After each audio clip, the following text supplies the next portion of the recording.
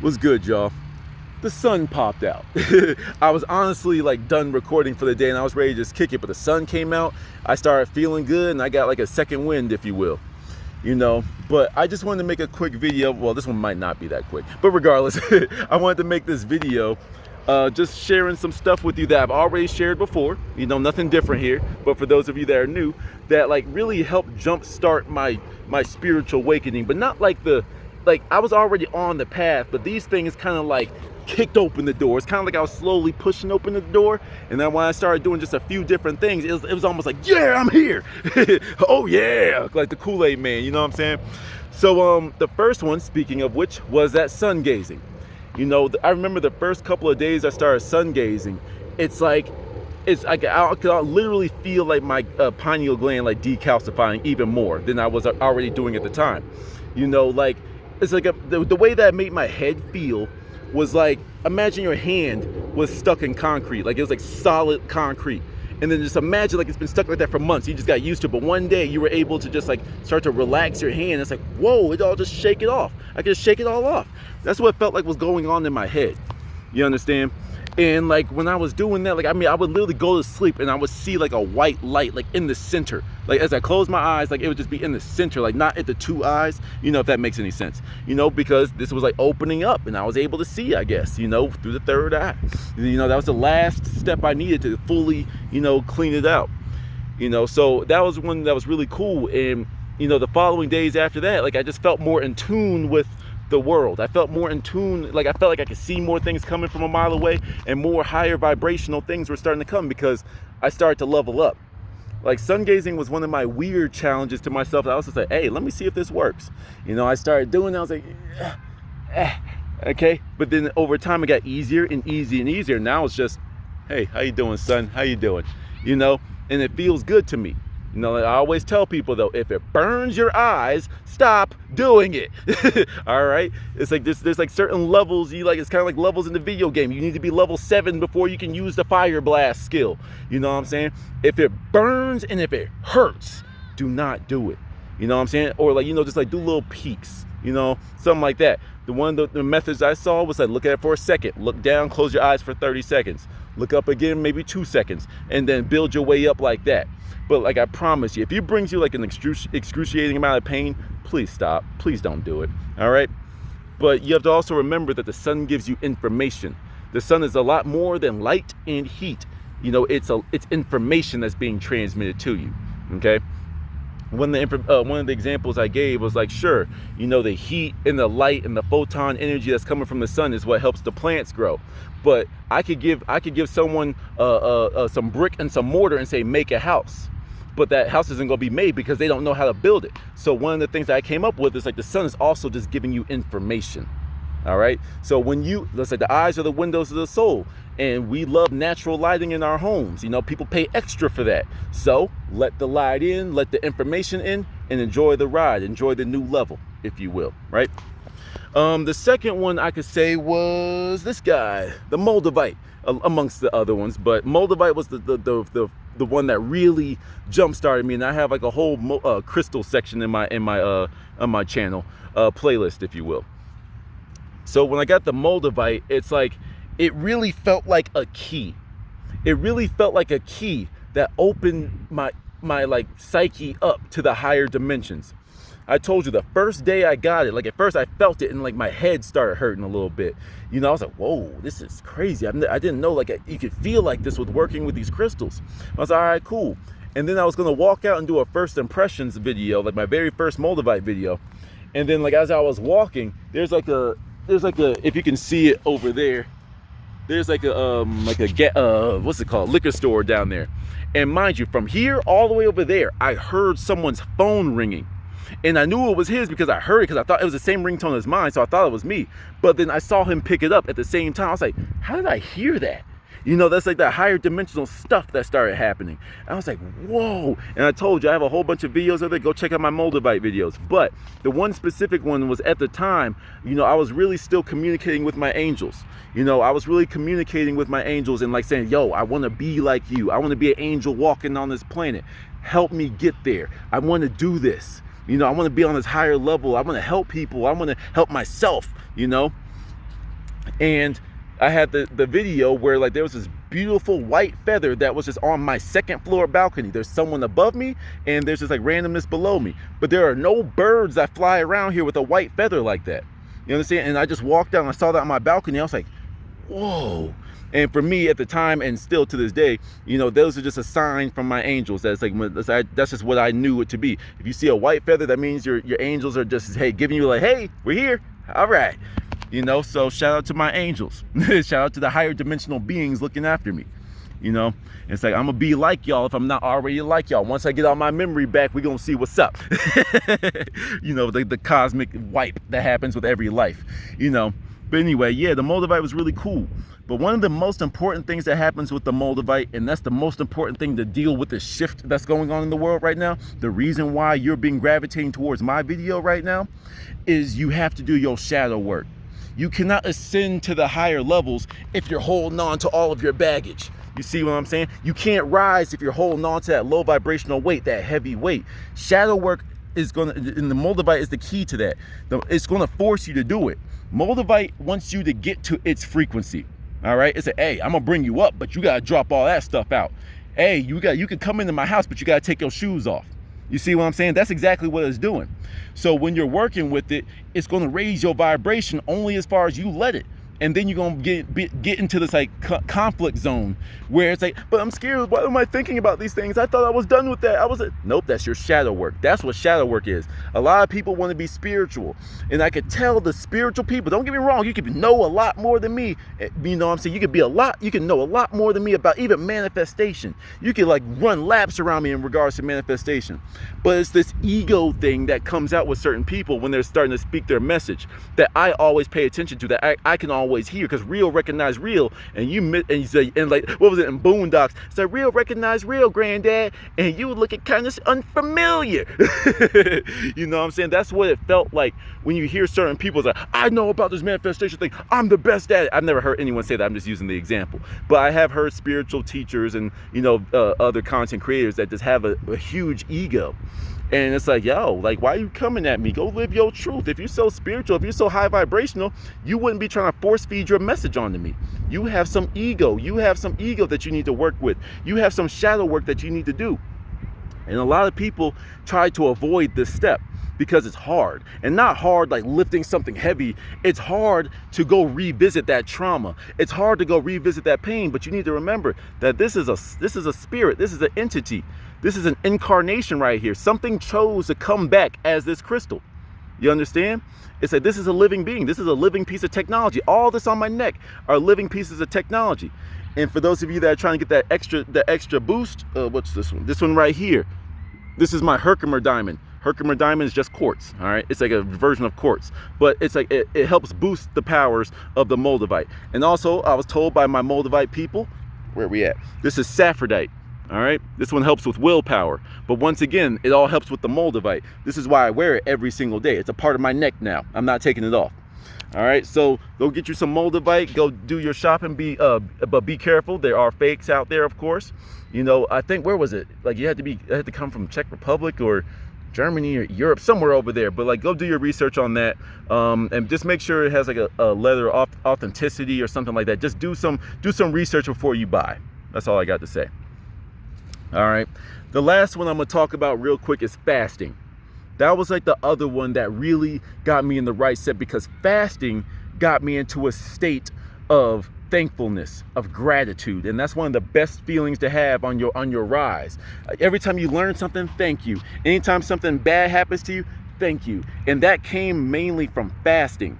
Okay, the people that I learned fasting from were Dick Gregory and Layla Africa. Okay, now be careful. If you are a white person, okay, let's just be real, call a duck a duck. If you're a white person, you go listen to Layla Africa, he's gonna say some crazy stuff about white people. All right, I'm just gonna let you know.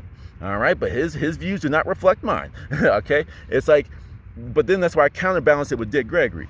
You know, Dick Gregory told every black person, he was like, yo, the white people that you want to fight every day, the white people you don't like, are the wrong white people. They couldn't help you if they wanted to.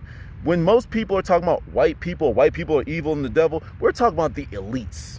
We're talking about those people that enslaved you enslaved me, enslaved the Asian, enslaved everybody, and took over this world and terraformed it to their liking. That's who we're talking about. And if you ever hear me slip up and say something like that, that's who I'm referring to. All right, we all one here. It's all love with me. All right, so understand that. But anyway, done with my PR. But like you know, my fasting though was something that really got me connected with myself. What you need to understand is we should not be eating 3 big old meals a day. You know, even myself, I love fasting. I love the way it makes me feel. You know, intermittent fasting, long fasting. My first ever true fast was a dry fast. That's where I started, okay? And that was so, now I don't want to say traumatizing, but it was so traumatizing. It impacted me at such a deep level that it really made me rethink everything. I did a dry fast, no food and no contact with water. I was funky, but I work in construction, so, you know, you can get away with it. I was funky, you know, but no food, no contact with water, and I did that for 7 days. Now they say, oh, you're gonna die after 4 days and all that type of stuff, but I'm stubborn. I have to see it for myself. And I'm so deep into the spiritual game that I'm willing to die for what I want to go. If I'm willing to die to achieve my goals. And I no longer even believe in death. So I really won. You understand? But also, I don't recommend a dry fast. Like, it's just not safe. Like, it's really not. Like, I could really hurt myself, all right? But, you know, I've done my water fast. Like, my longest fast was like 2 weeks. Like a water and herbal tea fast, you know? But when I did that, the feeling of feeling empty, like empty in your stomach, at first, it's weird because your body is programmed to always have food. Your body is programmed to be this machine that's always digesting. But think about it like this. If you were at work, sitting at your computer, typing away, writing your report, and someone came and dropped down 10 more things, hey, have this done by 3 o'clock. You'd be like, yo, all right. Second you get done with that, boom, be done with this by 5 o'clock. Boom, be done with this by 7, but I'm supposed to be off. I'm not even supposed to be working right now. Be done with it. God damn it. You know what? Screw it. I'm going to leave it there. This is what happens. Every time you go to sleep, your digestive system stops. It shuts down for a little bit. So all that stuff is just sitting in your stomach. This is why people with halitosis, which is a word that was coined by Listerine to sell their product. If you got halitosis, you know, that's like all that stuff that's fermenting in your stomach. For people that don't defecate, for people that don't poop on a daily basis, you have a whole bunch of literally crap sitting in your stomach and you don't have enough time to empty it. You know, there was a point where I was trying the Nation of Islam's, like the way that they eat, and it's like 1 meal a day, and I still kind of do it, but I've like, you know, I find their way of living to impact my quality of living. You know, it's like it's too strict for me. You know, I say I like to enjoy life and do this and do that, but I still have healthy options. But one of the things they did the experiment, they were like, yeah, like just like, and you do it yourself if you want. You know, get a trash bag, have someone hold a trash bag for you, and all the things that you typically eat, pour it into that bag. You know, so the guy had some McDonald's. He had a burger, fries, a whole drink. He put it into a blender and poured it into the bag. He got some Oreos. He got some chips. He got some beans and rice. Blended it all up and put it into the bag. And then like halfway through the exhibition, he had like a kid holding it. And the kid said 2 very important things that he didn't even mean to go for, but they definitely helped his case. He said, number 1, it's heavy. It's heavy. You know, it's like you'll probably lose, you could probably like take 3 good poops and lose 5 pounds. You know, that's the weight that you're carrying around in your intestines. You have all that rotting food sitting in your intestines, you know, because you're not even eating foods with good fiber. Good diet is very important with this ascension. You understand? But he said, number 1, it's heavy. Number 2, it stinks. All that food, and not only does it stink, that's just the fresh food that he just blended up and poured it into a bag. What happens when those little bacteria start getting to it? You see what I'm saying? And then when it's just sitting in your stomach, all those fumes, they travel back up your intestine, back up. First of all, your stomach is right here. Your stomach is right here, not this. This is your intestines.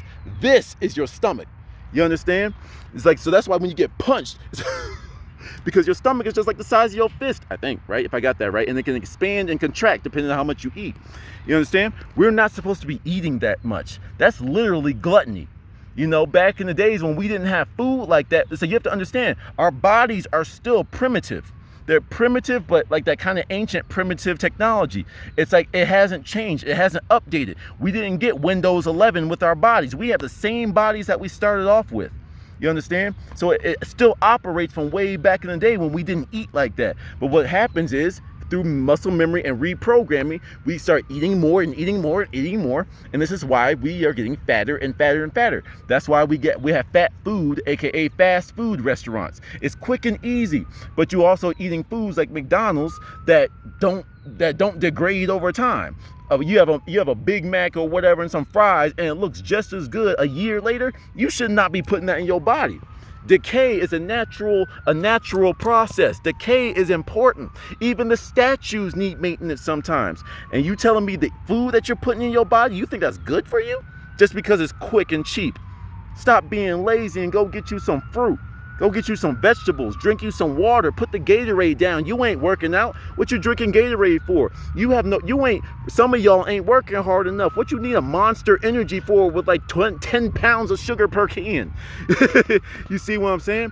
So resetting was very important, you know, and resetting my body, resetting my mind to like reprogram it to what I should be doing. When I got done with all of my fasting and stuff, and I tried to eat like I did, I threw up because my stomach had contracted back down to the size it was supposed to. Half of us have stomach-itis. I don't know the proper word, but itis means like enlarged, something is growing. Our stomachs are larger than they should be. We should not have fat guts. Like, I'm not trying to flex, literally. I'm not trying to flex, but this is what we're supposed to look like. Obesity shouldn't be a thing because we shouldn't even have this much food to be eating. These are the things that I learned from fasting. All right. So with all that being said, it's like I return back to nature. I return to being back in balance, not overdoing. Now, don't get me wrong. From time to time, you know, I have a weekend, especially if I have me an edible or two. I might watch me a movie and snack away. But I always regret it the next couple of days. You understand? I always regret it in the next couple of days. I'm like, damn, why did I eat all that stuff?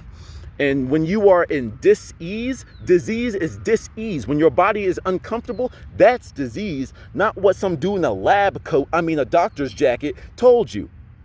You understand? So when I return back to nature, bringing this whole video full circle, you know, when I was fasting, I was feeding off of the sun. Once again, not to segregate my community, but, you know, I gotta call a duck a duck. I am black, African American, melanated, you know, one of the natives, whatever thing you want to say. I'm black. It's just easier to say. You know, we have this melanin. This is the stuff that makes me brown. Why do you think solar panels are black? Why do you think some of your transformers at your electric stations have coils? They modeled it after us, everybody. That's just something you need to understand. So when I started to have all these thoughts and this new information was coming my way, and now you see the final product. My skin looks beautiful. My hair is growing. My mind is sharp. My mind exists in other dimensions because of all the things that I've been doing. And when I return back to nature and zeroing out, putting my feet in the dirt, you know what I'm saying, staring at the sun, sitting back and letting all the sun's rays, energy feed me like it feeds the plants, like it feeds the grass. That's when my life really took off. And that's when my spiritual journey, the spiritual doors to my life bursted open. You understand? So try some of these things. And of course, there's more things that I did in the past, but you know, I gotta keep this video under 20 minutes. So, you know what I'm saying? It is what it is. Okay, I hope that helped y'all. To the next one.